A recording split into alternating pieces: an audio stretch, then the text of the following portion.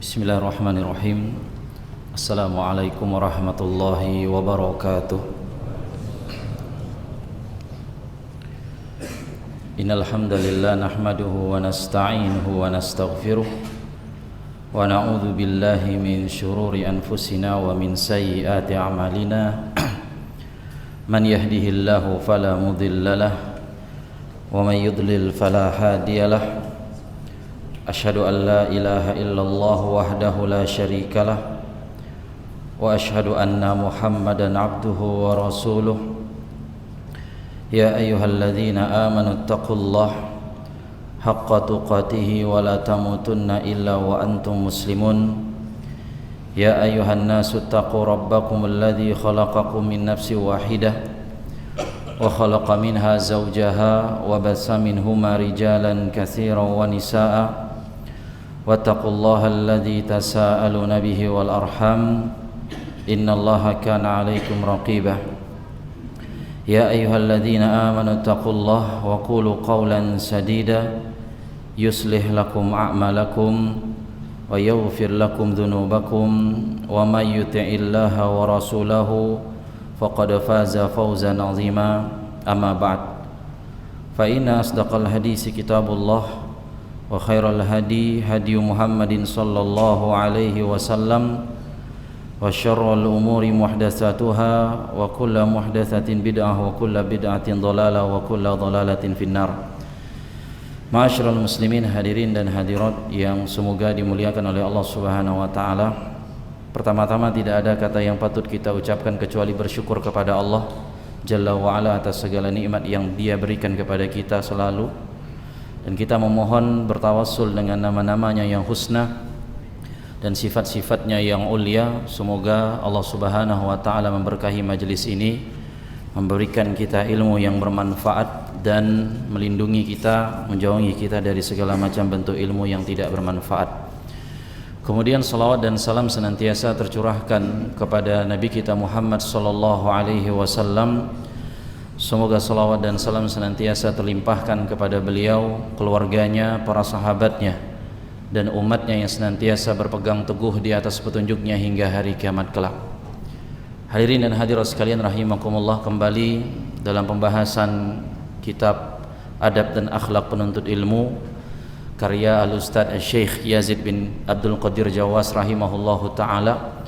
Dan kita masuk kepada adab yang ketiga dari bab tentang adab-adab utama seorang muslim dalam menuntut ilmu syar'i. Kita masih berada dalam bab kedua, yaitu adab-adab utama seorang muslim dalam menuntut ilmu syar'i, dan berada pada bagian adab yang ketiga di halaman 19, yang mana penulis rahimahullahu ta'ala menyampaikan adab yang ketiga yaitu memohon ilmu yang bermanfaat kepada Allah Subhanahu wa ta'ala.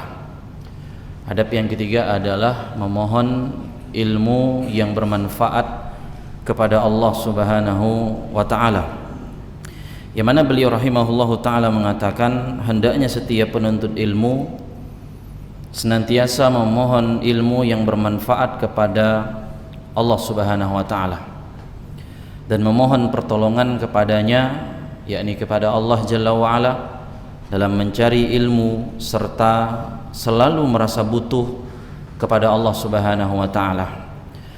Allah Subhanahu wa ta'ala telah memerintahkan nabinya sallallahu alaihi wasallam, dan begitu pula perintah ini berlaku kepada umatnya untuk memohon ilmu, untuk meminta ilmu, dan begitu pula meminta tambahan dari ilmu tersebut, meminta tambahan dari ilmu tersebut. Allah Subhanahu wa ta'ala berfirman di dalam surat Thaha ayat ke-114, kata Allah Subhanahu wa ta'ala, wa qur rabbi zidni ilman, dan katakanlah wahai Muhammad, wahai Rabbku, tambahkanlah ilmu kepadaku. Wahai Rabbku, tambahkanlah ilmu kepadaku. Hadirin dan hadirat sekalian rahimakumullah, ayat ini dijelaskan oleh para ulama di antaranya sebagaimana disebutkan dalam kitab Liyadabbaru ayatihi yang ditulis oleh Syekh Profesor Dr. Umar bin Abdullah Al-Muqbil hafizahullah ta'ala. Beliau mengatakan makna dari ketika Allah berfirman Rabbi zidni ilman, wahai Rabbku tambahkanlah ilmu kepadaku, bahwasanya ayat ini menunjukkan bahwa adabu kulli talibi lil ilmin. Ayat ini menunjukkan bagi setiap para penuntut ilmu sebuah adab, pelajaran tentang adab. Wa yajibu alaihim an yakunu hadirina fi fahmil ilmi, yang semestinya mereka para penuntut ilmu itu selalu seksama dalam memahami ilmu yang mereka pelajari. Alladzina yata'allamunahu ghaira musta'jilina fi isdari qararin, dan tidak tergesa-gesa dalam menetapkan suatu keputusan, dan begitu pula tidak wala yaftakhiruna bima'rifatihim, seorang penuntut ilmu tidak merasa takjub pada diri mereka sendiri. Wa yajibu alaihim an yastamirru fid du'ai ila rabbihim, dan mereka senantiasa memohon kepada Tuhannya agar diberikan ilmu yang bermanfaat.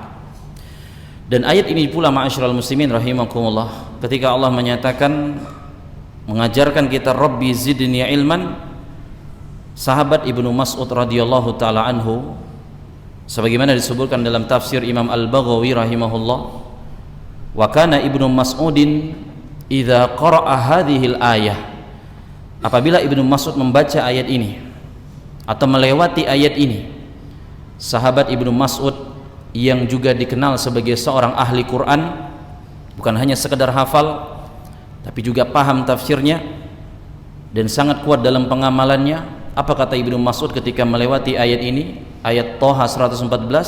Beliau berdoa kepada Allah, Allahumma Rabbi zidni ilman wa imanan wa yaqinan.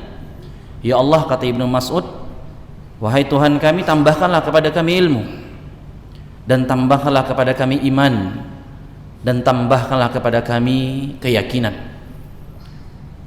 Ini doa yang luar biasa dari sahabat Ibnu Mas'ud radhiyallahu taala anhu ketika mendapati ayat ini, bahwa ya Allah, tambahkan kepadaku iman, tambahkan kepadaku ilmu, iman, dan keyakinan.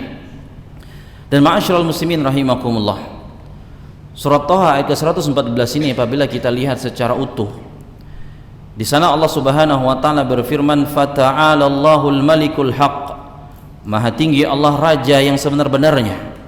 Wala ta'jal bil qur'ani min qabli ay yuqdha ilaika wahyu, dan janganlah engkau wahai Muhammad tergesa-gesa membaca Al-Quran sebelum disempurnakan mewahyukannya kepadamu. Wa qur rabbi zidni ilman, maka katakan wahai Muhammad, wahai Rabbku, tambahkanlah kepadaku ilmu. Al-Imam As-Sa'di rahimahullahu ta'ala menafsirkan ayat ini, beliau mengatakan dari ayat yang mulia ini kita bisa mengambil adab tentang bagaimana menerima ilmu, adab tentang menerima ilmu, dan bahwasanya orang yang mendengarkan ilmu itu harus memiliki karakteristik an yata'anna wa yasbira, punya ketenangan dan kesabaran. Itu karakteristik para orang yang mengemban ilmu. Hatta yafrughal mumli'i wal muallim min kalamil muttasili ba'duhu bi ba'din, hingga orang-orang yang menyampaikan pengajaran ilmu tersebut selesai dari perkataannya yang saling berkaitan antara satu dengan yang lainnya. Fa idza faragha minhu sa'ala in kana indahu su'al, kemudian apabila yang mengajarkan ilmu itu telah selesai, boleh dia bertanya, yang belajar jika memiliki pertanyaan. Wala yubadir bisu'ali wa qat'i kalamil mulqil ilmi, dan tidak boleh segera dia bertanya atau memotong pembicaraan orang yang menyampaikan ilmu, karena fa innahu, kata Imam Sa'di, sababun lil hirmani, kalau dia memotong pembicaraan ketika ilmu itu disampaikan, ini menjadi sebab di antara sebab terhalangnya dia mendapatkan ilmu yang bermanfaat. Ini menjadi sebab di antara sebab dia akan terhalang mendapatkan ilmu yang bermanfaat. Makanya kita diajarkan ketika mendengarkan khutbah Jumat untuk apa? Jamaah yang merasa pernah Jumatan, kita disuruh apa ketika khutbah Jumat? Diam. Itu juga berlaku, kecuali saya tanya tadi, ya harus jawab. berlaku di majelis-majelis ilmu yang disampaikan ayat Allah dan hadis Nabi sallallahu alaihi wasallam. Karena kalau kita tidak diam ketika khutbah Jumat, ancamannya dari Nabi SAW adalah Jumatan kita sia-sia. Begitu pula di majelis ilmu yang disampaikan kalamullah wa qala Rasul, ketika kita tidak bisa diam, kita masih sibuk sendiri ngobrol sama teman di sampingnya, maka Anda sia-sia. Anda sedang menyia-nyiakan duduk di sini. Fa innahu sababun lil hirman, yang diantara penghalang sebab orang itu dapat ilmu yang bermanfaat. Nah jamaah sekalian rahimani wa rahimakumullah, itu sekelumit penjelasan dari surat Thaha ayat ke-114 yang dinukilkan oleh penulis di sini rahimahullah. Kemudian beliau melanjutkan, dan diantara doa yang Rasulullah sallallahu alaihi wasallam ucapkan untuk memohon ilmu yang bermanfaat adalah Allahumma inni as'aluka ilman nafi'an wa rizqan tayyiban wa amalan mutaqabbalan. Ya Allah, aku memohon kepadamu ilmu yang bermanfaat, rezeki yang halal, dan amalan yang diterima. Hadis ini sahih diriwayatkan Imam Ahmad, Ibnu Majah, dan yang lainnya. Jamaah sekalian rahimani wa rahimakumullah, doa tersebut yang makin mayoritas kita sudah mengamalkannya. Kapan doa ini diamalkan? Kapan? Sabahul khair. Oh, tahiyat akhir. Allahumma inni as'aluka ilman nafi'an wa rizqan thayyiban wa 'amalan mutaqabbalan. Tahiyat akhir. Mungkin ada ya punya pendapat yang lain di mana diamalkan ini? Zikir pagi petang. Paginya apa petangnya? Paginya. Jadi zikir pagi aja. Nah, doa ini ma'asyiral muslimin rahimakumullah, doa yang penuh dengan keberkahan, yang dibaca dan diajarkan oleh Nabi kita sallallahu alaihi wasallam, diantaranya adalah dibaca setelah salat subuh dari rangkaian zikir di waktu pagi. Dan kenapa waktu subuh? Karena waktu subuh adalah awal dari hari tersebut dimulai, permulaan hari seorang tersebut. Dan dalam sebuah hadis Nabi juga mendoakan keberkahan bagi umatnya di waktu paginya. Dan seorang muslim tidak memiliki harapan dari harinya kecuali 3 poin besar tersebut yang disebutkan oleh Nabi kita sallallahu alaihi wasallam. Ketika dia mantapkan tekadnya dengan serius dalam membaca doa tersebut, meminta ilmu yang bermanfaat, rezeki yang baik, amalan yang diterima, berarti seakan-akan dia memulai harinya dengan menyebutkan 3 poin besar tadi. Tujuannya, ya Allah, saya nggak punya tujuan lain dari hari ini dan hari-hari saya yang saya hadapi kecuali 3 pokok poin tersebut. Dan tidak diragukan lagi bahwasanya jamaah rahimakumullah, ketika seorang berdoa dengan doa ini, apalagi di pagi harinya, itu akan memusatkan, memfokuskan hatinya. Hidupnya akan lebih terarah, perjalanannya lebih teratur kehidupannya. Maka gak ada istilahnya orang mukmin itu pengangguran, gak jelas apa yang dibuatnya.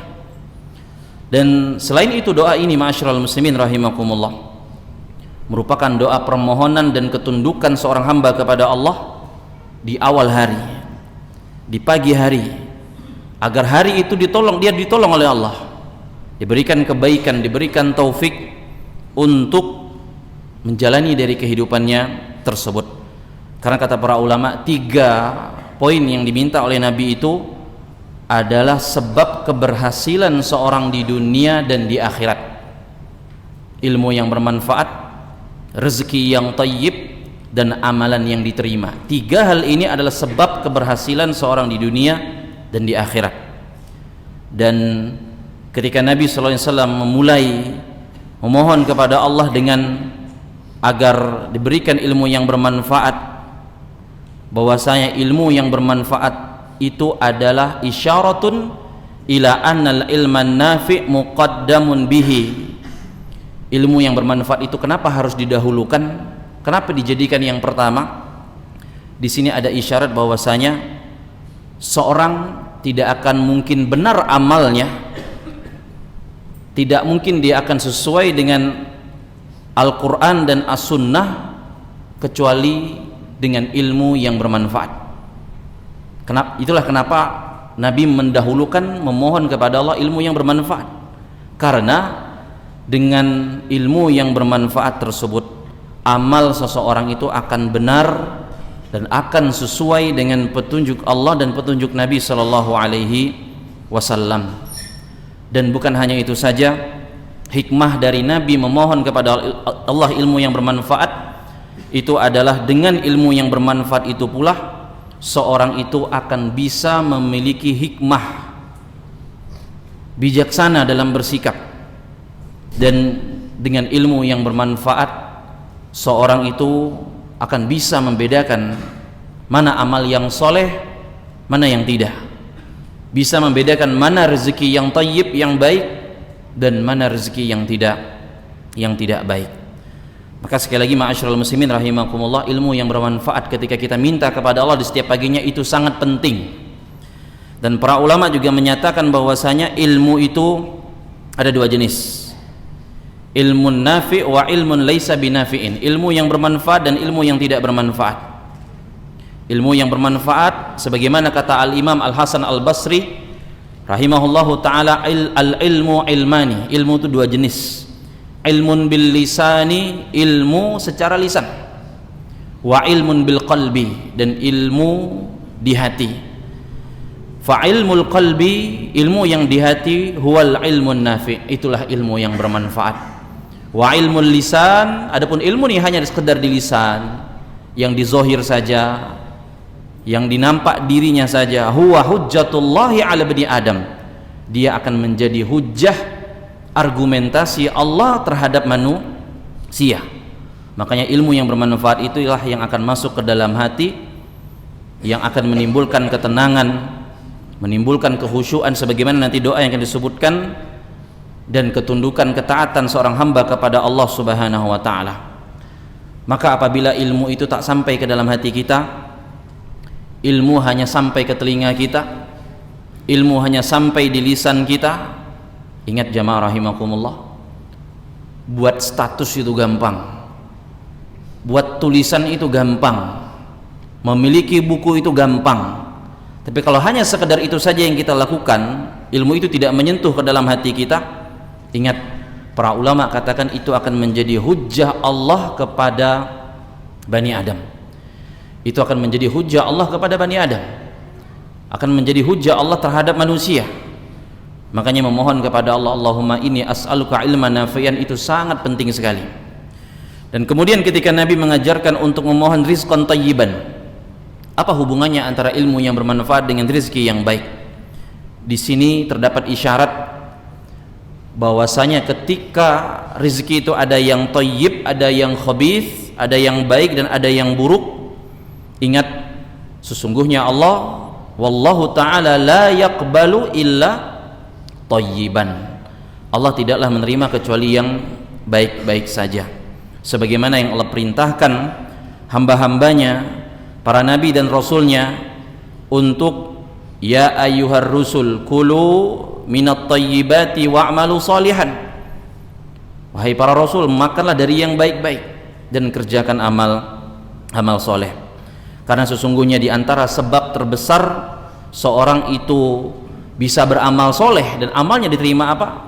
Makanannya, konsumsinya dari yang baik-baik saja, dari yang baik-baik saja. Dan kemudian ketika Nabi menyampaikan wa amalan mutaqabbalan, maka inilah kaitannya, inilah isyaratnya ketika apakah ilmu itu membuat hamba ini semakin dekat kepada Allah, semakin taat dia kepada Allah, karena hanyalah amal yang tepat, benar, amal soleh lah yang akan diterima oleh Allah Subhanahu wa ta'ala, yang semata-mata dilakukan karena Allah, sesuai dengan petunjuk Rasulullah sallallahu alaihi wasallam, ikhlas dan ittiba petunjuk Nabi sallallahu alaihi wasallam. Maka sekali lagi doa ini sangat besar maksudnya, tujuannya dan intinya dari 3 poin tersebut untuknya kita amalkan di setiap pagi dengan penuh pemahaman yang dalam.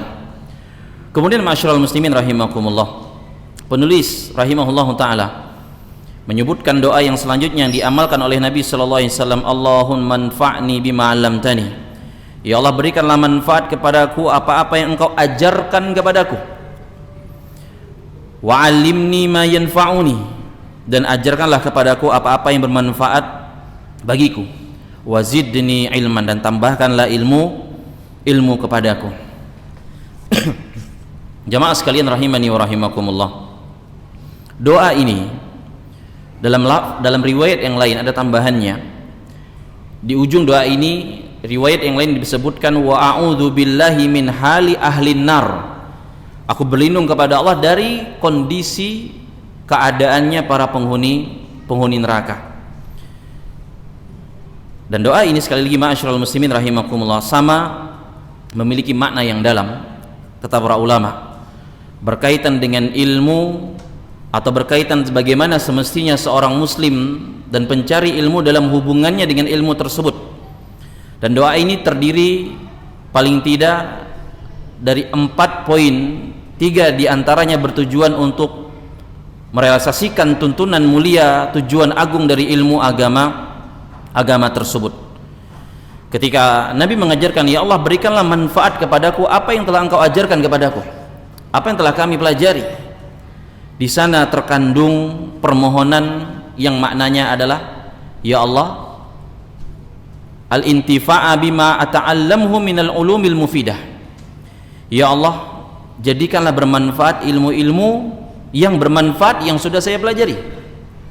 Jadikanlah bermanfaat ilmu yang bermanfaat yang sudah kita pelajari. Dan juga di sana terkandung makna wa an a'mala bimuqtadahu khalisan liwajhikal karim. Ya Allah, jadikanlah aku mengamalkan ilmu tersebut ikhlas semata-mata untuk mendapatkan keridhaan, bukan untuk kepentingan dunia, bukan untuk perhiasan dunia ataupun riya ataupun sum'ah. Karena ilmu yang bermanfaat tujuannya adalah menjadikan seorang hamba itu beribadah dan dekat kepada Allah Subhanahu wa taala, memperbaiki amal perbuatan ucapannya yang nampak ataupun yang tersembunyi. Kemudian ketika Nabi mengajarkan wa'allimni ma yanfa'uni, ya Allah ajarkan kepadaku apa-apa yang bermanfaat bagiku. Fihi su'alullah, dalam bagian ini kata para ulama menunjukkan permohonan kepada Allah agar Allah tunjukkan kepada kita mana-mana ilmu yang bermanfaat. Wa huwa ilmu syari'ati alladhi fihi salahuddin, yaitu ilmu syariat yang mencakup perbaikan agama kita di dunia ataupun ibadah kita, muamalah kita.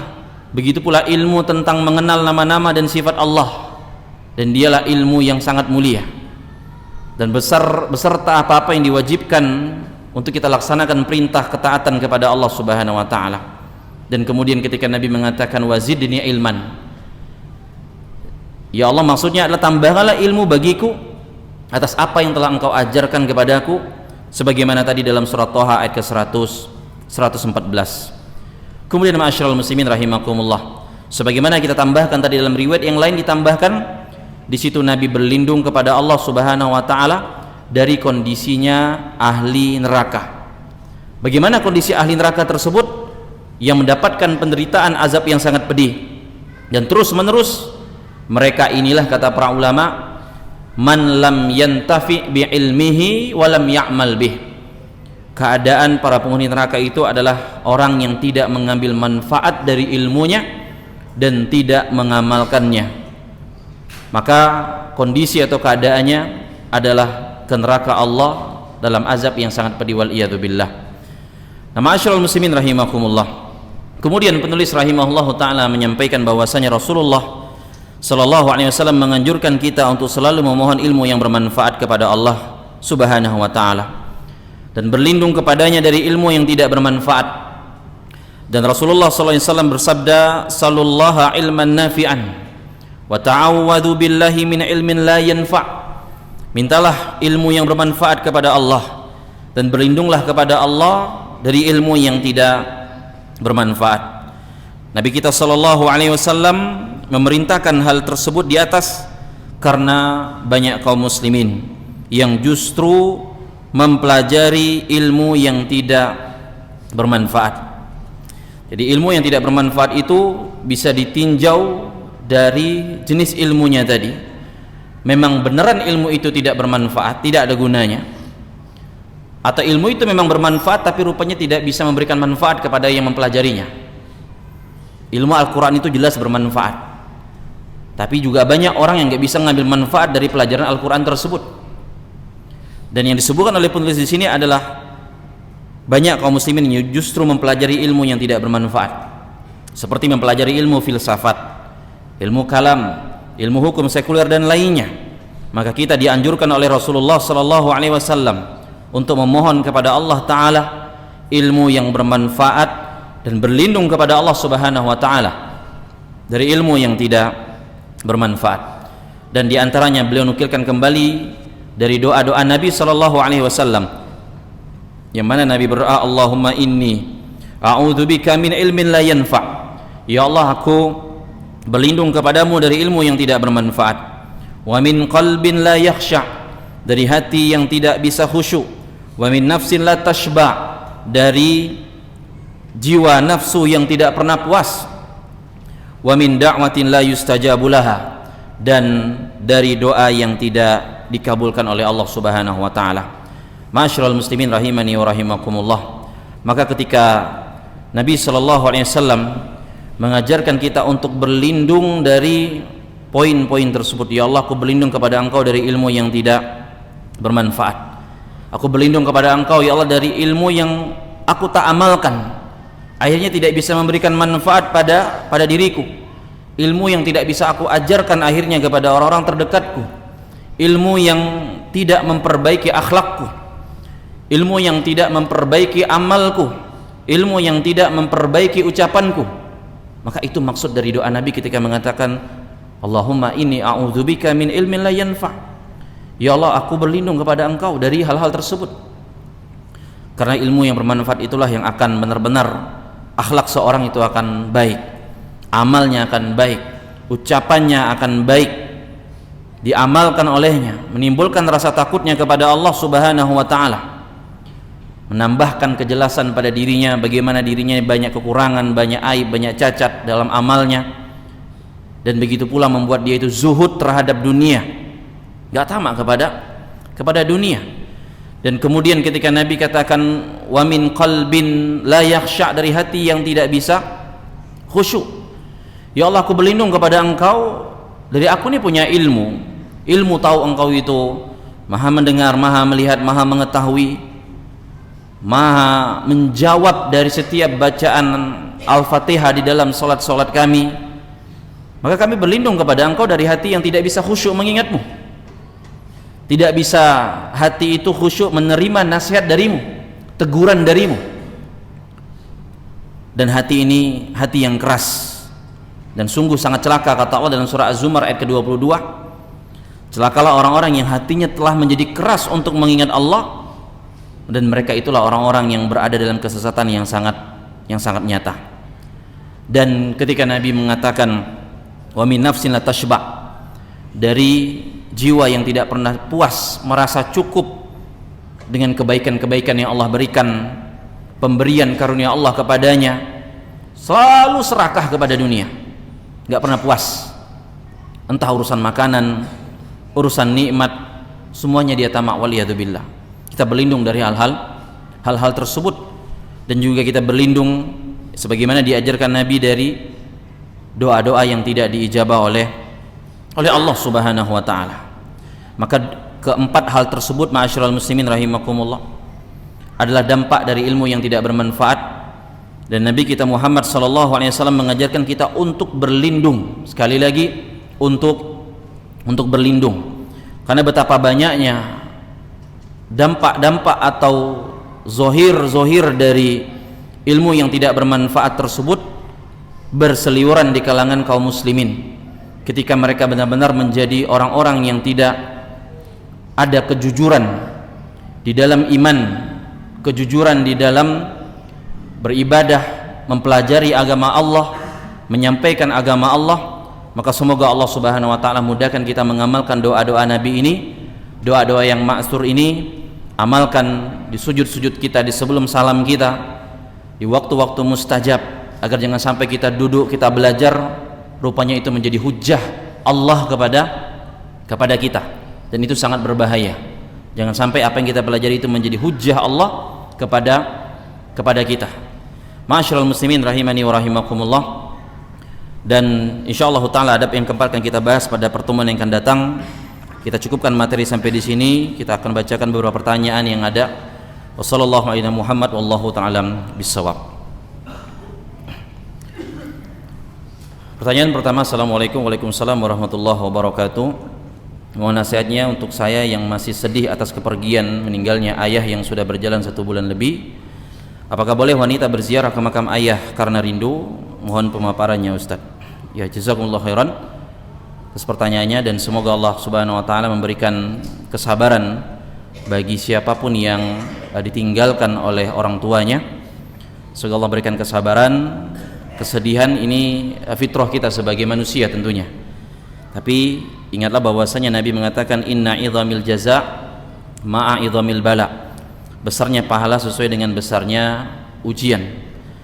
Berkaitan masalah berziarah kubur bagi para wanita, para ulama berbeda pendapat, dan yang bisa kita ambil dalam pendapat ini di antara yang lebih kuat rajih adalah dibolehkan tapi dengan syarat dan ketentuan berlaku. Apa di antaranya? Yakni menjaga adab-adab syar'i dari pakaian wanita tersebut, tidak meratap, ya, tetap jaga aurat, tidak ikhtilat atau campur baur dengan laki-laki secara bebas di tempat tersebut. Karena memang ada larangan khusus bagi para wanita ketika Nabi bersabda la'ana Rasulullah SAW zawaratil kubur. Rasulullah melaknat wanita-wanita yang sering berziarah kubur. Nah, larangan ini dijelaskan oleh para ulama bahwa bagi wanita yang keseringan berziarah kubur dengan tentunya cara yang tidak syar'i, mereka sering meratap, tidak menjaga adab, atau bersedih berlebihan di sana, teriak-teriak dramatis misal seperti itu. Ini yang kenapa itu dilarang. Kenapa wanita itu ada pengecualian, ya. Tapi karena itu jika wanita bisa menjaga adab-adab yang telah ditentukan, maka silakan. Dan Imam An-Nawawi rahimahullahu ta'ala dalam Al-Majmu' menyatakan al-muradu bi zawaratil mukthiratu li ziyarati bi makna ziyaratin fiha mahdhur. Yang dimaksud dengan zawarat, wanita yang sering berziarah, adalah wanita yang berziarah kubur secara berlebihan atau dengan cara yang dilarang di dalam syariat. Sebagaimana adab yang ma'ruf, ya, datang niatkan karena Allah, berniat mengingat akhirat, mengingat kematian, mendoakan mayit yang meninggal tersebut, tidak meratap, menangis berlebihan. Kalau sedih sekedarnya yang manusiawi, insya Allah nggak masalah. Maka itu paling tidak harus dilakukan bagi para wanita, dan semoga Allah memudahkan kita juga untuk banyak mengambil pelajaran dari kematian dan pemakaman atau kuburan. Wallahu ta'ala bishawab. Kemudian yang kedua, Assalamualaikum warahmatullahi wabarakatuh. Waalaikumsalam warahmatullahi wabarakatuh. Ahsanallahu ilaik wa iyyakum. Jazakallahu khairan atas ilmu yang disampaikan. Semoga Allah menjaga Ustaz dan keluarga, amin wa iyyakum. Izin bertanya Ustaz, apakah hafalan Al-Quran tetap lancar meskipun bermaksiat merupakan tanda istidraj? Jazakallahu khairan wa jazakumullahu khairan. Jamaah sekalian rahimani wa rahimakumullah. Mungkin sebagian kita belum pernah mendengar atau tahu istidraj itu apa. Istidraj itu adalah ketika Allah Subhanahu wa taala memberikan kenikmatan dunia kepada seorang hamba, tapi hamba itu terus menerus dalam bermaksiat kepada Allah, akhirnya membuat dia jauh dari Allah Subhanahu wa taala. Dan Nabi kita pernah menyatakan, idza ra'aitallaha yu'til 'abda minad dunya ala ma'asihi, jika kamu melihat Allah memberikan kenikmatan dunia kepada seorang hamba, tapi hamba itu bermaksiat kepada Allah, ma yuhibbu, apa yang dia senangi dari nikmat tersebut, fa innama huwa istidrajun, maka sungguhnya itu adalah istidraj, kata Nabi sallallahu alaihi wasallam. Maka ketika masalahnya adalah dia dikasih nikmat oleh Allah menghafal Al-Quran, tapi rupanya dia suka bermaksiat kepada Allah Subhanahu wa taala ataupun kepada orang lain, zalim kepada orang misalnya, ini bukan tanda kebaikan. Demi Allah, ini bukan tanda kebaikan. Ini ujian, bisa ditinjau ujian satu sisi, bisa ditinjau istidraj di satu sisi, di mana ketika Allah memberikan seorang hamba kecukupan kenikmatan atau keahlian tertentu seperti dia bisa menghafal Al-Quran, sementara dia terus bermaksiat dan bermaksiat. Maka kenapa bisa ditinjau satu sisi ujian atau istidraj? Imam Ibnul Qayyim rahimahullahu ta'ala pernah menyatakan bahwasanya di antara hukuman dosa itu adalah seorang itu terhalang dari memahami sesuatu, terhalang dari menghafal sesuatu, dan hatinya lalai.